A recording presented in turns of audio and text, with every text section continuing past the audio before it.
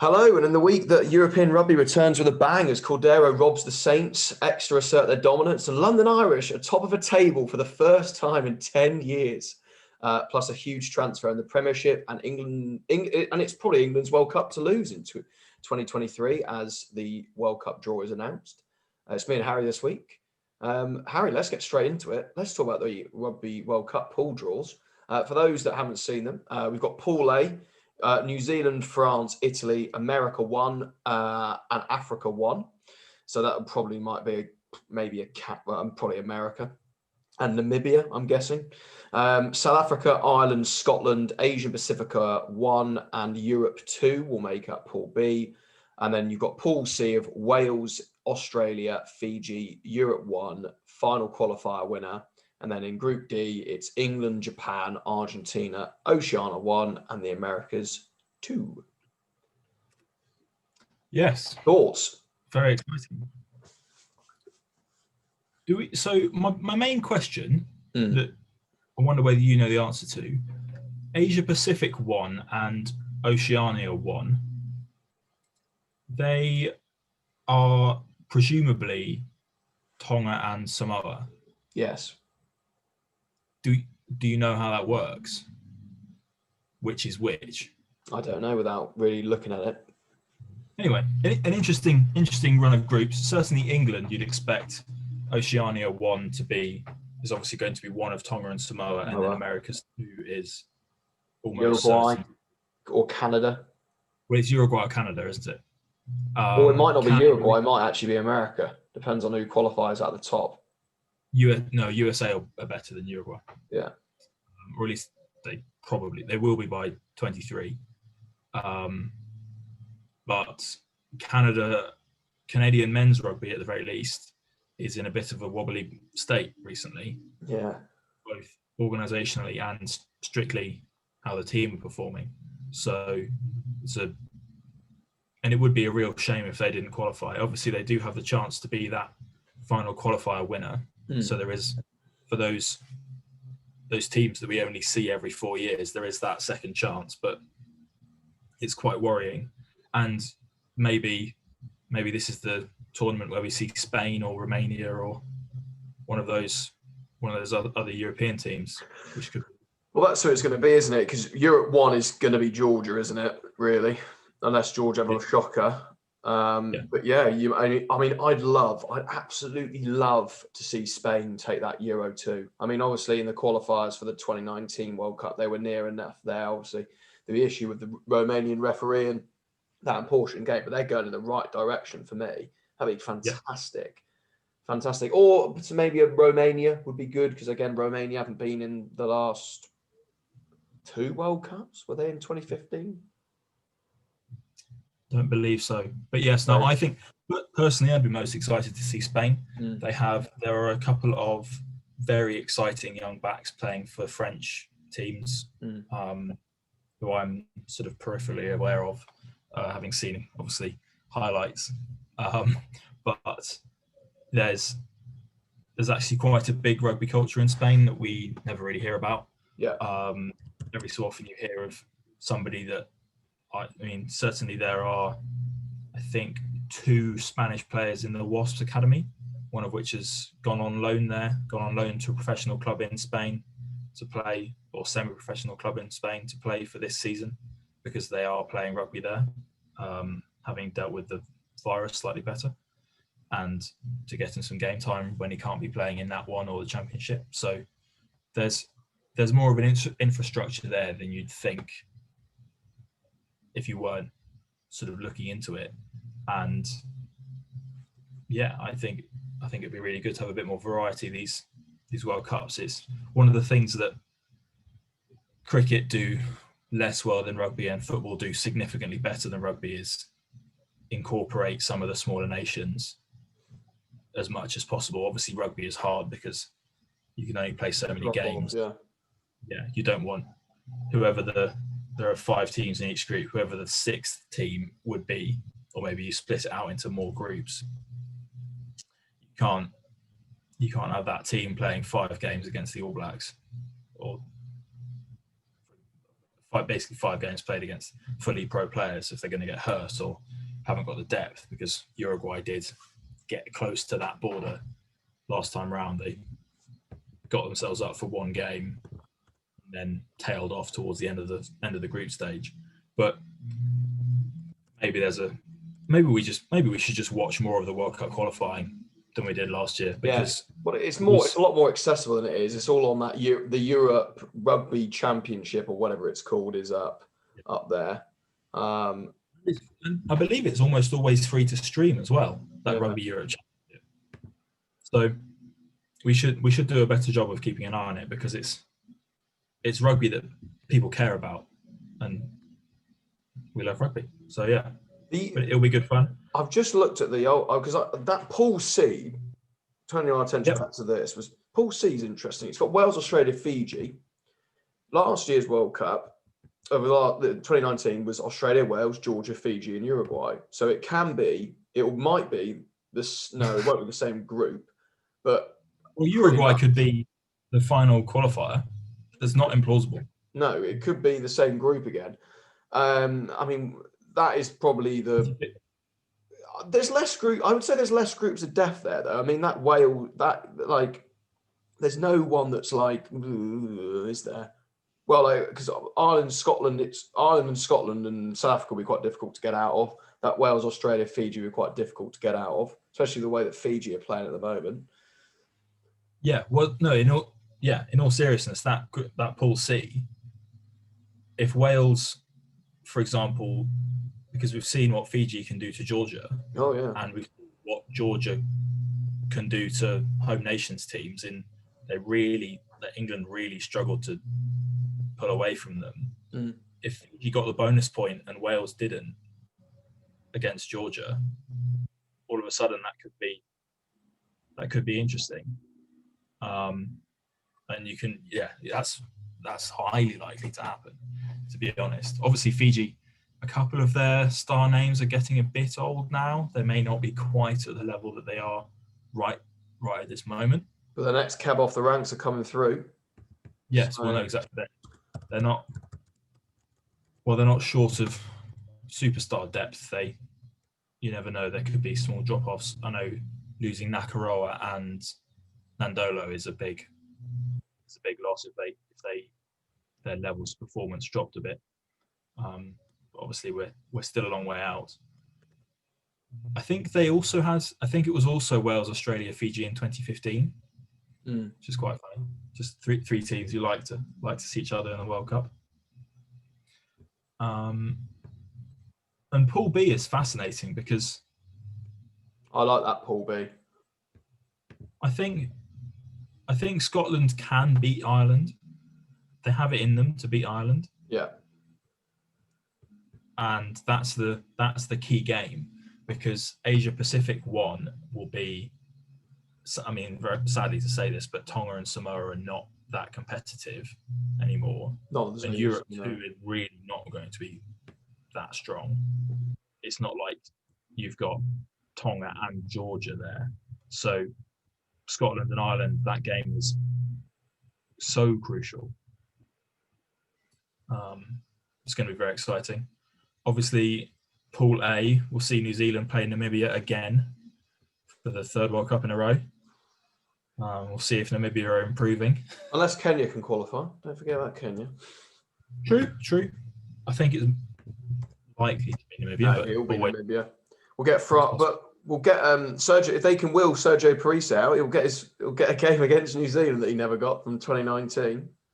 That's true. Oh my God. But that France-New Zealand game, at the moment, if they were playing tomorrow, that would be unbelievable.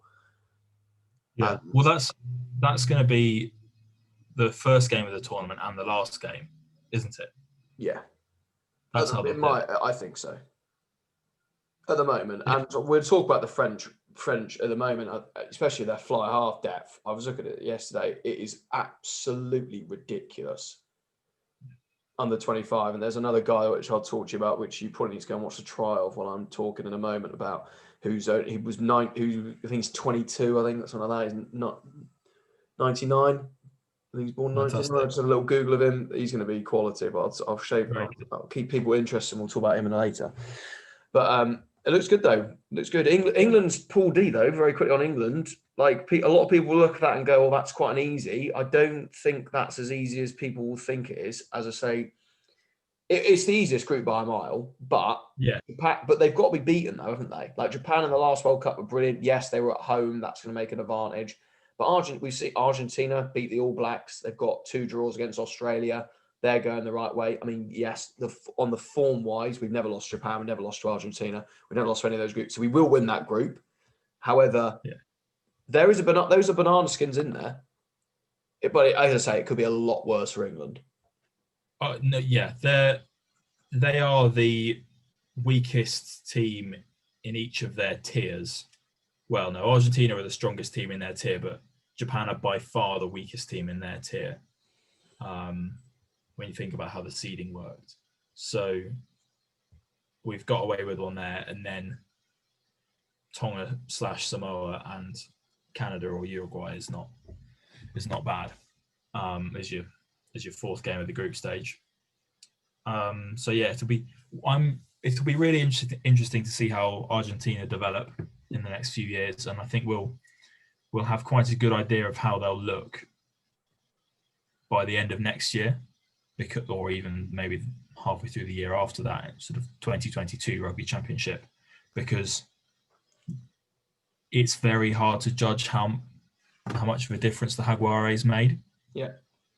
Because while it did have a lot of these players were playing together, it wasn't like the 9-10 combination weren't playing together for the Jaguares, because Sanchez has been in Europe the whole time.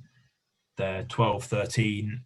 That, to be fair, that has been playing together, and the back 3 has been playing together. But at the same time, Imhoff has been in France the whole time, and they've had a huge the rotation of that Jaguares back 3 was always not quite madness, but aggressive. People would very, very rarely play 2 games in a row. So it's not like they were developing some kind of core group that was moving into this 2019 World Cup. So it'll be an interesting sort of example of whether that experiment really worked or not, or whether it was just a bit of a waste of time. But Well, on the Jaguares, Gloucester fans, strap yourselves in. You've made an absolute underrated, under the radar, absolutely brilliant signing in Santiago Carreras, the 22-year-old fullback / winger from the Jaguares, who was at 15 when Argentina beat the All Blacks in a couple of weeks ago now. But he is, I mean, to go to slot himself in with Reece Zammit and Thorley and the pace they've got out there, maybe they might use him deployment 15. I don't know if Woodward's still injured. They seem to have a lot of injury problems, Gloucester, so they rotated their team out completely against Leon. We'll talk about that later on. But I think a lot of people, and again, like BT will do a classic thing of going, they don't know a lot about him, but they will know very quickly that this kid is flipping decent. So somebody that BT can't pretend to not know a lot about, and another Gloucester signing that's not quite announced today, but heavily rumoured to have been done. Have you seen this, Johnny? No, Adam Hastings. Oh, wow. Yeah.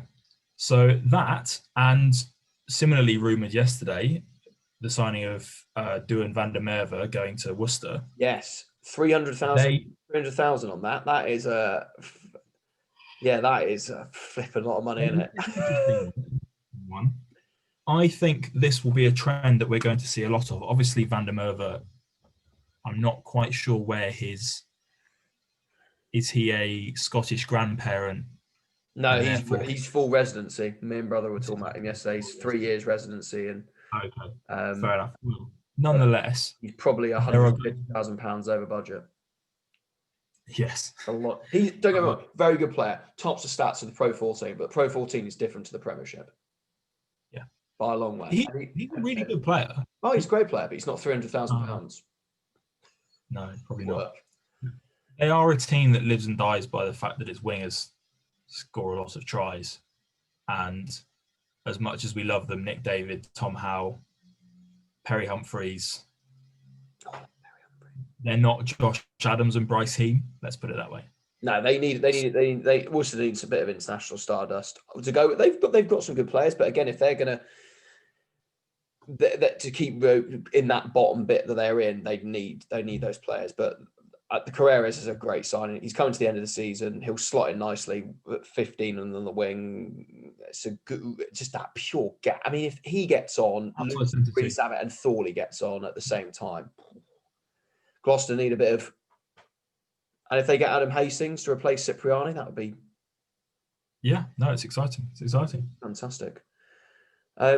Right, some European rugby. Harry's not watched a lot of rugby, but I'm going to fire through. The good news is, Harry, though, we'll start off with the first game of the Europeans, and our beloved Bordeaux, after having 2 yellow cards, didn't particularly well. Poor old Cameron Wokey got yellow carded for.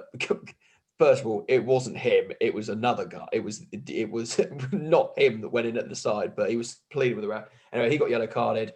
I don't know if Diaby got yellow carded as well, but anyway. 2 yellow cards from Bordeaux. Northampton actually looking like they were in a bit more control. But again, just Northampton, they just chuck it away. And then, but this is shocking. So I don't know if you've seen it, but Jalibert comes off the bench. Bordeaux need a bit of injection. So Jalibert comes off, gets a penalty, misses it, hits the post. Northampton go completely asleep. Ball bounces up. Cordero chasing the kick, picks up and scores. Bordeaux win the game. And by that time, Bordeaux were down by 3. Nowhere near they were going to get back in. They were never going to win that game at all, Bordeaux. They were going to get maybe a draw at best. They did not deserve anything from that game. Not even a losing bonus point. Yeah. Absolutely crap. But Cordero's dug us out of a hole. Another thing for BT Sport, mentioned Ben Lamb, 0, despite the fact that he carried the ball very well and ended Hutchinson, just absolutely ended him. They're like, well, that's Ben Lamb, everyone. So they have no idea who he is. But yeah, our beloved Bordeaux nicking a win over Northampton. Northampton are not in a good place. They're a side that got no confidence at all. It's so weird, isn't it? It's so weird. Like they were so good that first season of Chris Boyd being there. And last year, we thought it was the problem that they were playing these rotated, sort of half-rotated teams, and there was no consistency in the selection. And then, obviously, the first few weeks of this Premiership season, they're playing without any of their internationals, even Courtney Laws, who isn't playing for them. For this game, he was back today. So yeah, Laws was back this weekend, and from all accounts, They chucked them all in. They just chucked them all in, and they're well off. Dan Bigger was really poor, just like balls going to shoelaces, like really bad. No, I think it's strange. We'll have to see. They have a few weeks now, obviously before the Six Nations starts, where they have all their players together and everyone can train together, and hopefully there'll be no interruptions. So maybe they get some of that cohesion back, because they've played quite well for not getting the results in the Premiership so far. Not being clinical. They're just not clinical enough. I think that mistakes in 2 areas. I think it was summed up perfectly with Nick Ezekwe. Like Nick Ezekwe had a good game. Like he was very good, but they took him off with 20 minutes to go for Ratu Irawara. And I was just like, and just looking at Nick Ezekwe's face, he was just like, fuck, I really wanted to finish. He just looked like a bloke that really wanted to finish that game. And I was like, sure, when you've got no due respect to Tom Wood, but Tom Wood is on the wrong side of age now, where he really shouldn't be putting in 80 minutes performances. Tom Wood gives you everything for 60, and he's a very, very good player. But you've got a young player like Nick Ezekwe who should be going 80 minutes for you. Yeah. If you want to put Ratu Irawara on, brilliant. And I think they needed him, because at that point, Bordeaux were beating them up in the scrum. They were beating them up at the line out. Good old Cam Wokey got a few at the front, which is beautiful. He's so flipping good. Him and really Diaby in the back row. Oh, so nice to see them play together. Anyway, you've got this guy for a year with Nick Ezekwe. You've got to play him as much as you can. I agree. Yeah, I don't know. they just need Europe to go away, and they probably just do with, I don't know. They need to find something. I don't know who they've got next week. We'll look at that in a moment, but yeah. Anyway, Bordeaux are off and running, so that's good for next up. One comment from, sorry, just to briefly finish on that Northampton Bordeaux game, which will have consequences going forward, I suspect, in almost all of the groups, where Chris Boyd said that having lost this game, and with there only being three teams in each group, or 3 games for each? They play team? 3 teams. Yes, so three games in each group. No, 3 games. Sorry, they play 2 teams. They play a tier 1 and a tier 2. Okay, nonetheless. Anyway, they play 2 tier 1 teams because they are a tier 4 team. Yes. Northampton. Apologies. Essentially, Northampton now have to go to Leinster and win to stay in the tournament. So Chris Boyd said right after the match, already decided, well, now that we've lost that game, it's going to be the kids in Leinster next weekend, and rest up everybody else for the Premiership. Yeah. Which, if I'm entirely honest with you, that's what they need to focus on. But yeah, it's completely rational. It's a shame for the tournament. It's a shame for those guys that are going to play against Leinster, because it's not the conditions that you want to be playing against a strong team. You want to be, if you're the kind of player that Chris Boyd is going to put into that game, the kind of player that he doesn't mind not being rested, you'd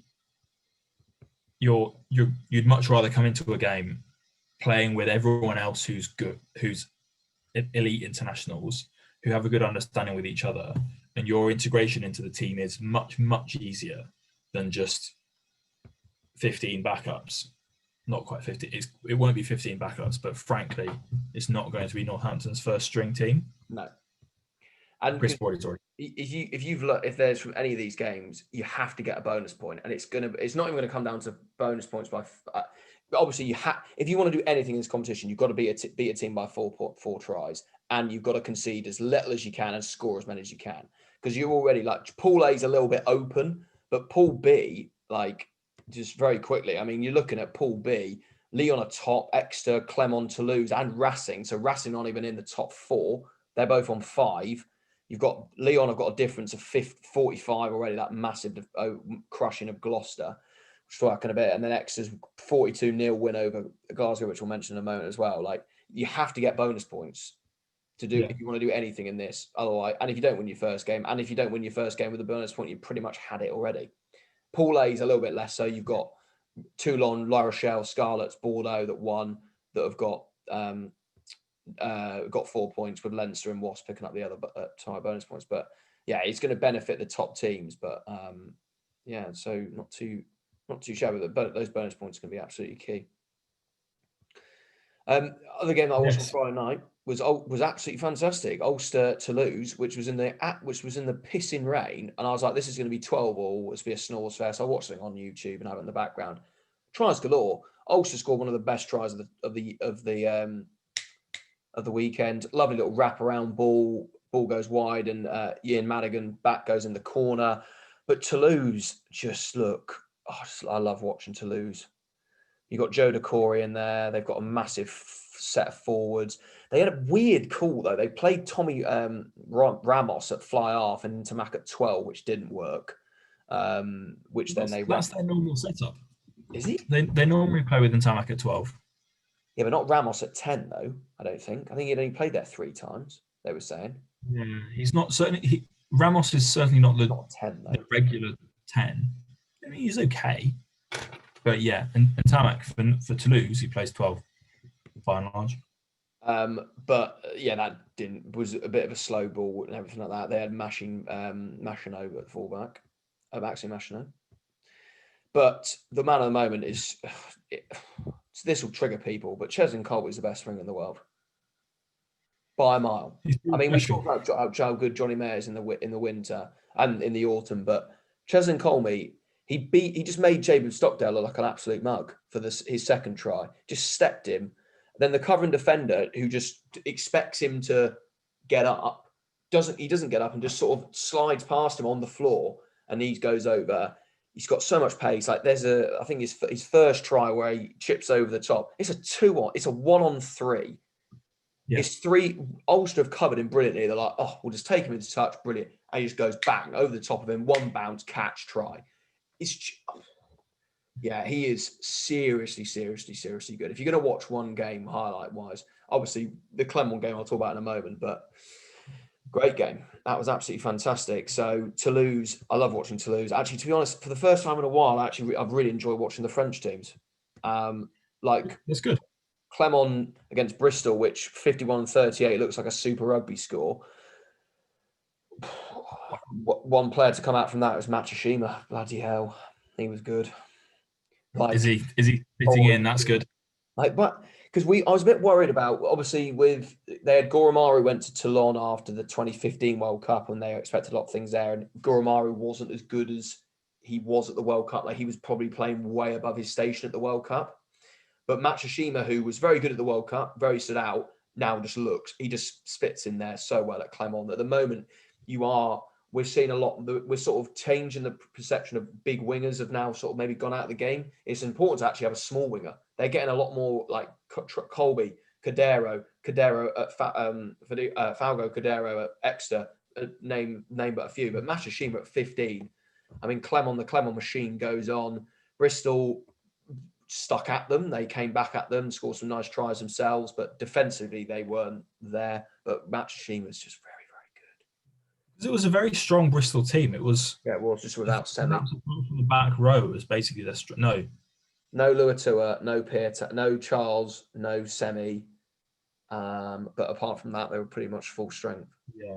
I don't know if Sinkler was playing as well. Actually, I don't think Sinkler. No, Sinkler was playing. Oh, he was. I can't remember. I watched that game on my phone. I think I had the F1 on at the same time. Yeah.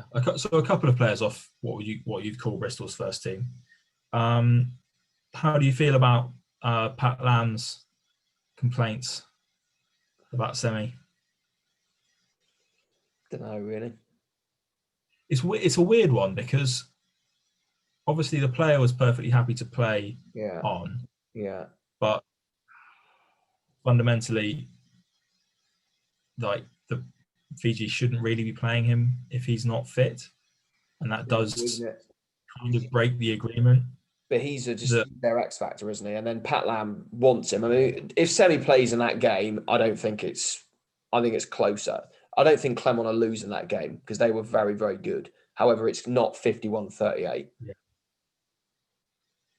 Like, they're not Semi's not going to come in and make the massive difference, but defensively and attacking wise, he would have made a bit of a difference. It makes a lot better prospect. With all due respect, Piers O'Connor is a fantastic Premiership level centre. But they'd have him on the wing and they'd have moved Leua onto the bench, I think. Yeah. Which again, they are good players. They would not be playing professional rugby if they're not good players. However, when you play in Champions Cup rugby, you need a Matsushima. You need a Lopez. You need a Fofana in there. Like, Clermont look very good though for that 50 points. They'll be good. They'll be one to watch. Considering as well, they lost the week before in the top 14 to Montpellier, so they came out stronger there. One of the games of the weekend though, Scarlets Bath was very underrated as a game. I think again thought could have been a bit either way. 23-19 Scarlets. Well, by far the better team, to be honest. I don't think Bath attackingly wise are just not there. They need that. They need to confirm the sign of that South African lad. They need a new 10 because Priestland wasn't available due to, I think it was concussion. Matavesi, I like Matavesi. I actually really like watching him play, but he's not a fly half.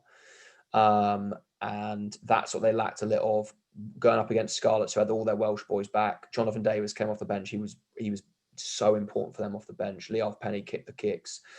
Harley, who came off the bench, who was in the Wales squad, he looked good. He made a difference for them and got the decisive try towards the end. But then Bath, you still got Sam Underhill just tackling people off the park. Anthony Watson was playing. McConaughey was playing. Cockanasayer. I hate to say it, but Cockanasayer is not for me anywhere near as what he used to be. He's had barely any game time for them. Like, he was injured. It doesn't look impactful though, mate. He can't tackle as well. It was worrying. Like there was sharpness. I'm sure it's sharpness. I it, obviously haven't seen the game, but he might prove me wrong, and I say, and he has been out for a while. I do respect that, but again, he's an international player. You kind of do have that reputation, but I mean, Scarlet's fair play. They turned up away from home. They had the Welsh boys back, put in a good performance. Ben Spencer's very unlucky towards the end there. They go for the pushover. It's about that far short. But yeah, close game. Rattle some more because I didn't really see the other ones. Toulon beat Sale 26-14. Montpellier lost to Leinster. We saw the highlights of that. Leinster looked pretty good. Wasps beat Dragons comfortably 24-8. La Rochelle, Edinburgh 13-8. Nothing really. Weird. Wasps playing Dragons with Dragons having a bunch of positive tests.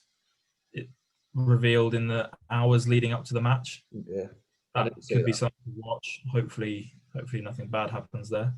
I hope not. Because Wasps did pretty well today, points from that. Lyon destroyed Gloucester, and I can't bring myself to watch that game because I looked at the Gloucester team, and it's all just academy lads. Like, it's a good opportunity, but again, Lyon just fucking took them to town. They scored a nice try. I've seen the highlights of their try from Nagel, who takes one off the line out. That's a nice try from Gloucester's point of view, but pushing through. I watched the Exeter game last night. Exeter are brilliant. Just absolutely clinical. I mean, to get a nil, I mean, Glasgow never looked like firing a shot anyway, and that's really quite concerning from them. Yes, they're missing Adam Hastings, I think would have made a difference. Obviously, you've lost their two best players in the last couple of years to Exeter, and Johnny Gray and Stuart Hogg, but they still had some relatively good Scottish players in there. Sam Johnson doesn't look at the pace. He doesn't look fit. He got even done by Ian Whittam, which was terrifying.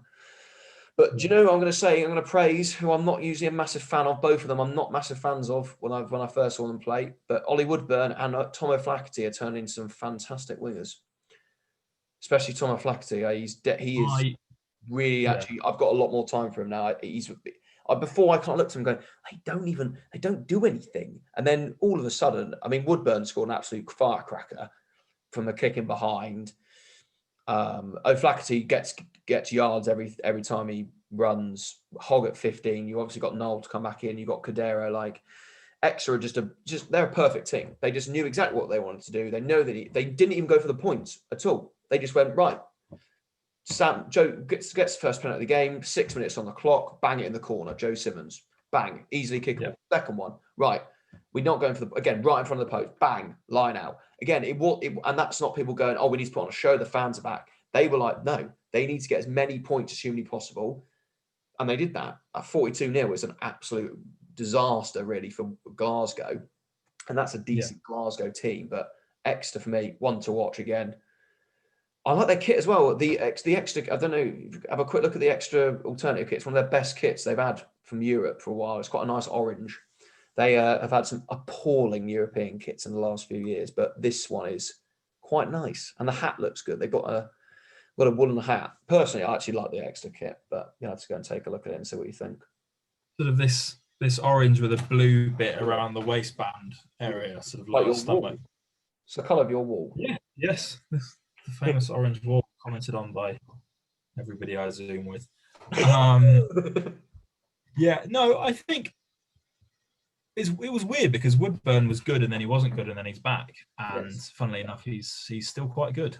But Tom O'Flaherty he's really fun to watch. His try from a couple of weeks ago where he did that left foot volleyed control to keep the ball in play and then run onto it and score was nothing.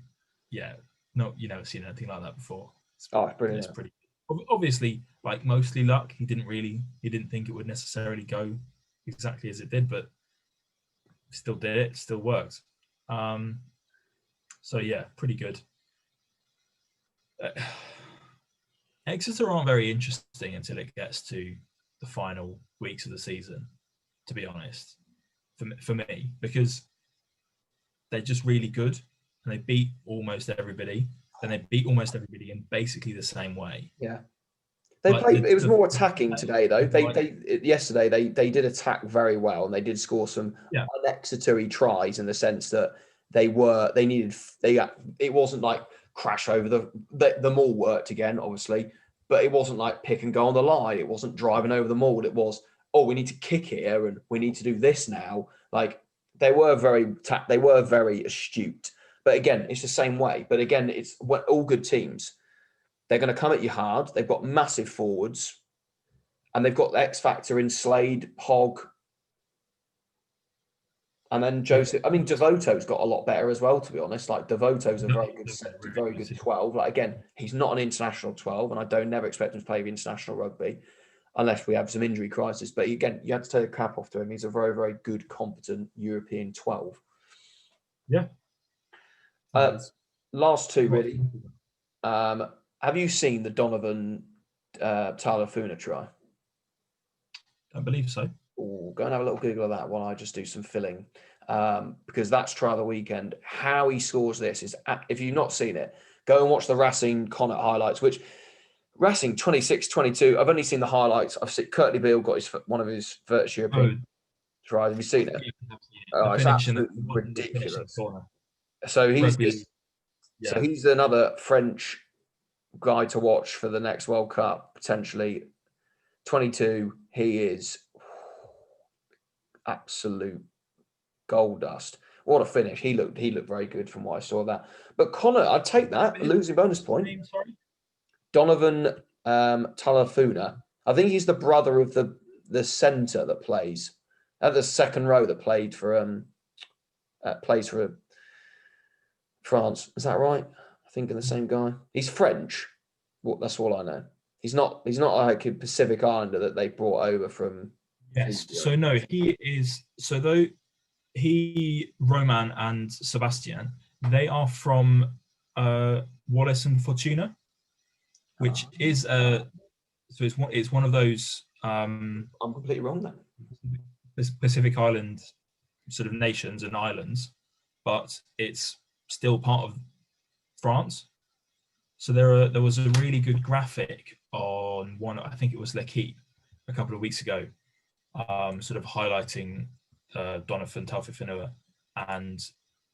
but sort of the lineage of these guys that had played professional rugby in France, having come out of Wallace and Fortuna, and I think there are sort of 7 or 8 of them going back to Donovan, and I think it's Donovan's father, who is the uncle of Roman and Sebastian, and then they are respectively also cousins of another couple of players. So I think it's really cool that they're actually not just naturalized Fijians. They're genuinely French citizens as much as any.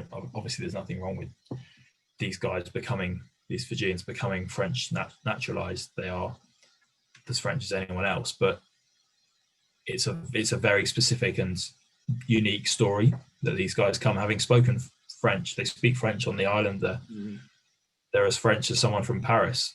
It's just a really interesting thing that we don't really hear about very much. I would say he's one really a good player. Very, very, very exciting. But Connacht will take a 26-22 losing bonus point in Racing. That's a good result for them, to be honest. And then Munster finished off. Sunday evening, didn't watch it, haven't seen the highlights, but they won 21-7 in a game where Quinn's targeted the young, I think his name's Harley or Healy, the fly half for Munster, who's resulted in him being injured. They basically hit him off the ball a few times.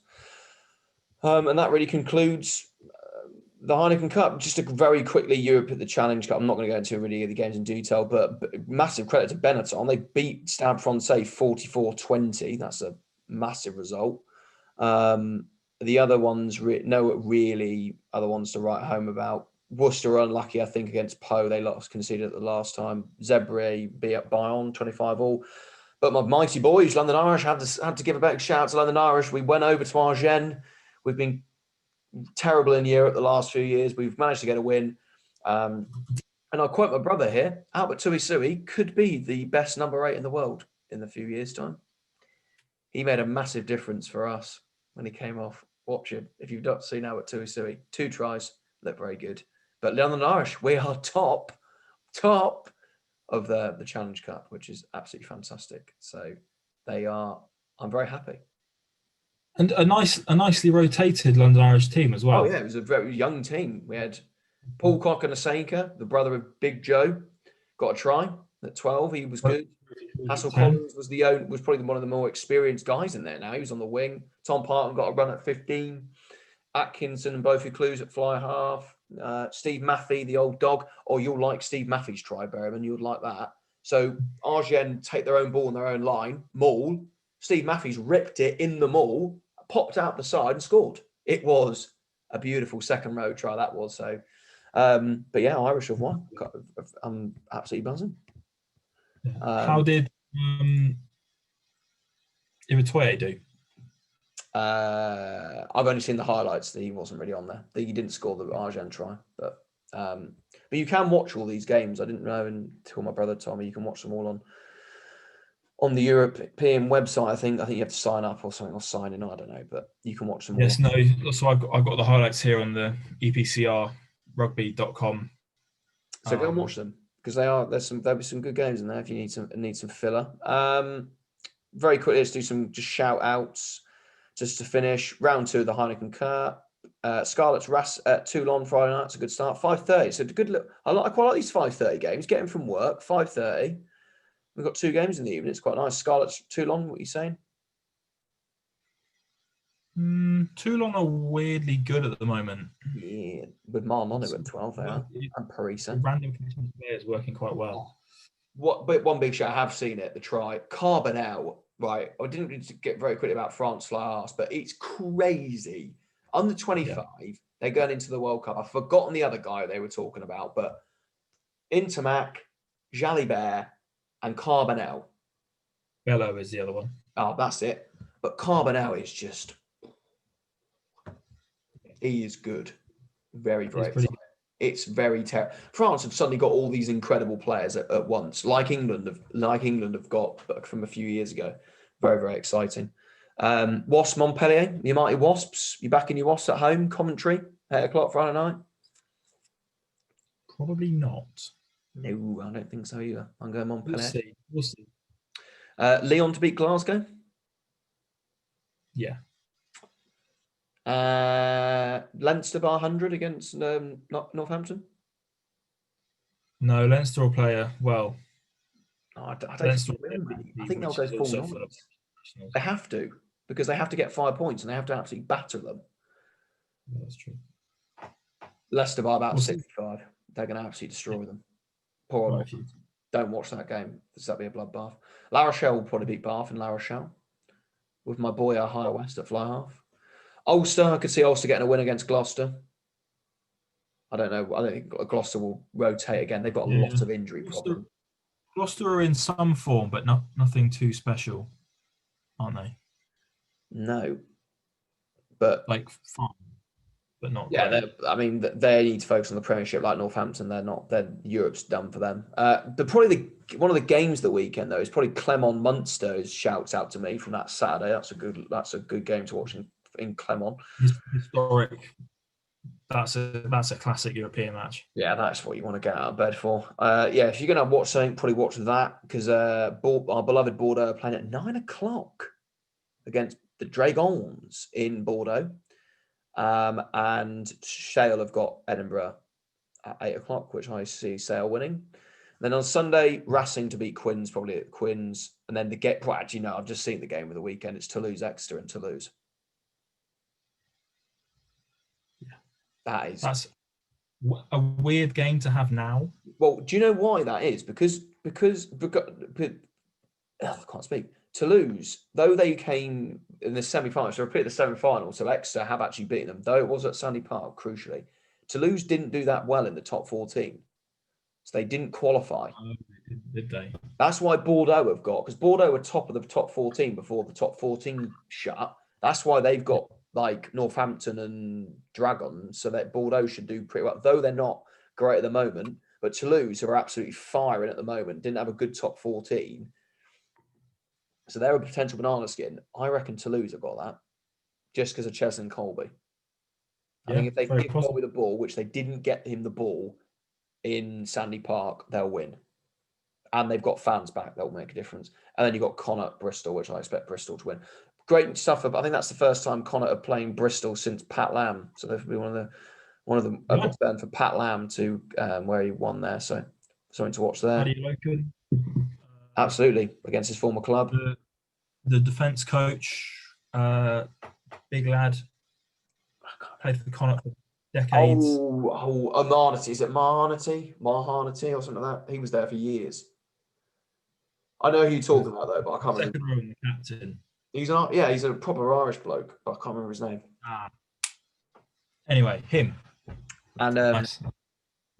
on Sunday, I can watch 3 o'clock. I can watch London Irish Poe, but that'll be Poe, so I don't want to watch that. But games of the weekend. Watch Toulouse. If you're going to watch anything this weekend, and we'll end on this, watch Toulouse, Exeter, and watch Clermont, Munster. The rest of them, take it or leave it. Take it or leave it. Right. Yeah. That was episode 23, maybe, of the Rock and Roll podcast. As I say, give us a like, give us a subscribe, give us a view, tell your mates about it. We're just guys that like talking about rugby during this very, very weird, wacky world of 2020. And we'll see you next week for hopefully we'll be back as a 4. And Harry might have watched some rugby. But until then, in a bit.